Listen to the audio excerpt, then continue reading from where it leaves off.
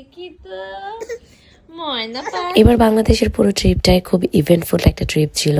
যদিও আমি খুব অল্প কিছুদিন ছিলাম, বাট একটার পর একটা ইভেন্ট ছিল, প্রোগ্রাম ছিল। সো ব্যস্ত ছিলাম অনেক, বাট এনজয়ও করেছি।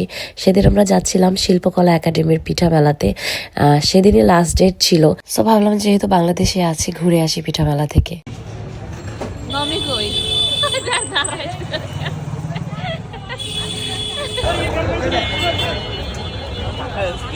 তুমি বেলুন চাই বেলুন। বাট আসার পরে দেখি অনেক ক্রাউডেড ছিল, অনেক মানুষ ছিল। এটা কি লাস্ট ডে দেখে নাকি অলওয়েজই ছিল জানি না, বাট আমার কাছে মজাই লাগছিল। আর আনবিক অনেক এনজয় করছিল। ও ফার্স্ট টাইম বের হয়েছে আসার পরে বাংলাদেশে। ও অনেক অবাক হয়ে ঘুরে ঘুরে দেখছিল সবকিছু।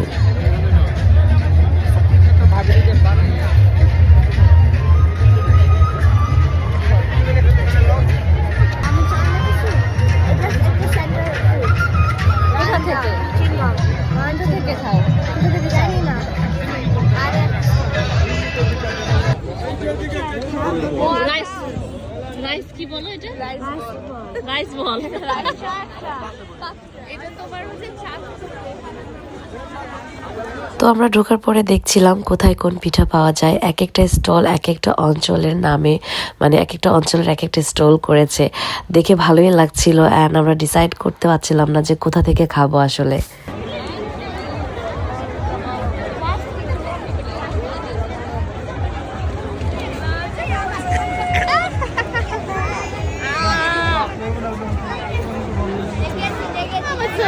রিক্সাতে একটাও সাউন্ড করেনি, চুপ করে বসেছিল। আর ইয়াটা খাইছে তাই না? একটা ছবিও তুলে দাও না। তো ঘুরতে ঘুরতে একটা স্টলে দেখলাম যে ওরা লাইভ পিঠা বানাচ্ছে, পাটিসাপটা পিঠা। ইউজুয়ালি তো পিঠা বানিয়ে রেখে দেয়, বাট ওরা লাইভ বানাচ্ছে, গরম গরম পিঠা সার্ভ করছে। তো এটা দেখে আমার খেতে ইচ্ছা করলো এখানে।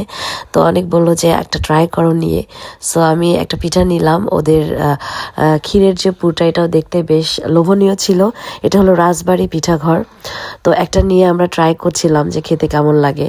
তো আমার কাছে বেশ ভালোই লেগেছে। পিঠার যে মানে ক্ষীরটা ভেতরে দেওয়া পুর, ওইটা খেতে অনেক মজা ছিল। আই থিঙ্ক গুড়ের ছিল ওইটা। আর উপরের যে রুটির মতো করা, এটাও খেতে মজা লেগেছে। বলো এটা কোন এয়ারলাইন্স? এটা দেখা যাচ্ছে না তো। আই থিংক এটা বাংলাদেশ বিমানই হবে। ছোট্ট একটু। মেলাটা কিন্তু বড় একটা স্পেস নিয়ে হচ্ছিল, ভালো স্পেশাস ছিল। চারদিকে ঘুরে ঘুরে স্টল। অ্যান্ড এই জায়গাটাতে ওরা স্টেজ করেছে। এখানে সাংস্কৃতিক অনুষ্ঠান হচ্ছিল, গান, নাচ, কবিতা আবৃত্তি।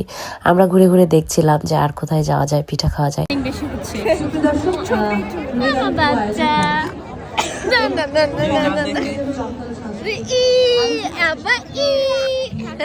এরপরে আমরা পেয়ে গেলাম সিরাজগঞ্জ পিঠাঘর। উত্তরবঙ্গের পিঠা তো অনেক মজা হয়, তো ভাবলাম যে এখান থেকে ট্রাই করি পিঠা। এবার আমরা কিছু ঝাল পিঠা ট্রাই করতে চাচ্ছিলাম। তো আমরা জিজ্ঞেস করলাম যে আপনাদের এখানে কোন কোন পিঠাটা অনেক ফেমাস বা মজা। ওনারা বলছিল যে এই পিঠাগুলো মজা। তো আমরা নিয়েছিলাম 2টা চিকেন পুলি পিঠা, অ্যান্ড সাথে ছিল মেবি একটা কাটলেট, চিকেন কাটলেট, অ্যান্ড একটা লাইক ভেজিটেবল পাকোড়া টাইপের কিছু একটা। অ্যান্ড ওদের পিঠাগুলো বেশ মজা ছিল খেতে। আমার কাছে চিকেন পুলিটা অনেক মজা লেগেছিল। দেন আমরা ট্রাই করছিলাম একটা মিষ্টি পিঠা। এটার নাম হলো নারকেল পুলি। এটা যারা উত্তরবঙ্গের মানুষ চিনবেন, এটার ভিতরে নারকেলের পুর দেওয়া থাকে। এটা মিষ্টি একটা পিঠা। তো এটাও আমরা সবাই মিলে একটু একটু করে ট্রাই করলাম। এটা খেতেও আমার কাছে বেশ মজা লেগেছে। এই রাজশাহী চাপাই পিঠা করে এখানে খাই দাও। এই চলো চলো। কালাই রুটি কালাই রুটি বেচতেছে মনে একটা জিনিসই বেশি। হ্যাঁ কালাই রুটি আছে। অনেক বড় কিউ থাকাতে আমাদের আর এই চাপায়ের কালাই রুটি খাওয়া হলো না এখানে। তো অনেক বললো চলো মেলা থেকে বের হয়ে আমি তোমাকে পিঠাঘরে নিয়ে যাই, বেইলি রোডের পিঠাঘর। ওখান থেকে আরো মজার মজার পিঠা খাওয়াবো। তো যেই কথা সেই কাজ, আমরা মেলা থেকে বের হয়ে গেলাম। দেন বাইরে বের হয়ে দেখলাম যে রেশমি চুড়ি বিক্রি করছে। এটা দেখে তো আমি লোভ সামলাতে পারলাম না, অনেককে বললাম আমাকে চুড়ি কিনে দাও। তো পরে এই লাল কালারের কাচের চুড়িগুলো কিনলাম। কাচের চুড়ি আমার অনেক পছন্দ। এখানে যদিও পরা হয় না, কজ আনতে গেলে ভেঙে যায় চুড়ি, বাট আমার দেখলেই কেন জানি খুব ইচ্ছে করে কাচের চুড়ি পরতে, হাত ভরে একদম। এরপরে আমরা চলে গেলাম সেই বিখ্যাত পিঠাঘর, বেইলি রোডের পিঠাঘরে। এটা অনেক নাম করা একটা পিঠার দোকান। এটার কথা অনেক আমাকে অনেকবার বলেছে যে এদের পিঠা অনেক মজা। তো বলছিলাম যে বাংলাদেশে গেলে পিঠা খাওয়াবা ওখানে। তো ফাইনালি আমার এই পিঠা ঘরের পিঠা খাওয়ার সৌভাগ্য হলো। অনেক আমাকে নিয়ে গিয়েছিল সেদিন।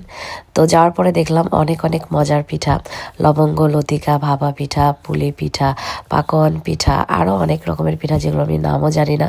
তো আমরা সেদিন চিতই পিঠা নিয়েছিলাম, ভাপা পিঠা নিয়েছিলাম, আর পাটিসাপটা এটা নিয়ে আমরা চলে গেলাম প্রিন্স ভাইয়ের বাসায়, যেহেতু ভাইয়ার বাসা কাছেই ছিল। তো ওখানে যে ভাইয়া ভাবি সবাই মিলে আমরা একসাথে বসে পিঠা খেলাম।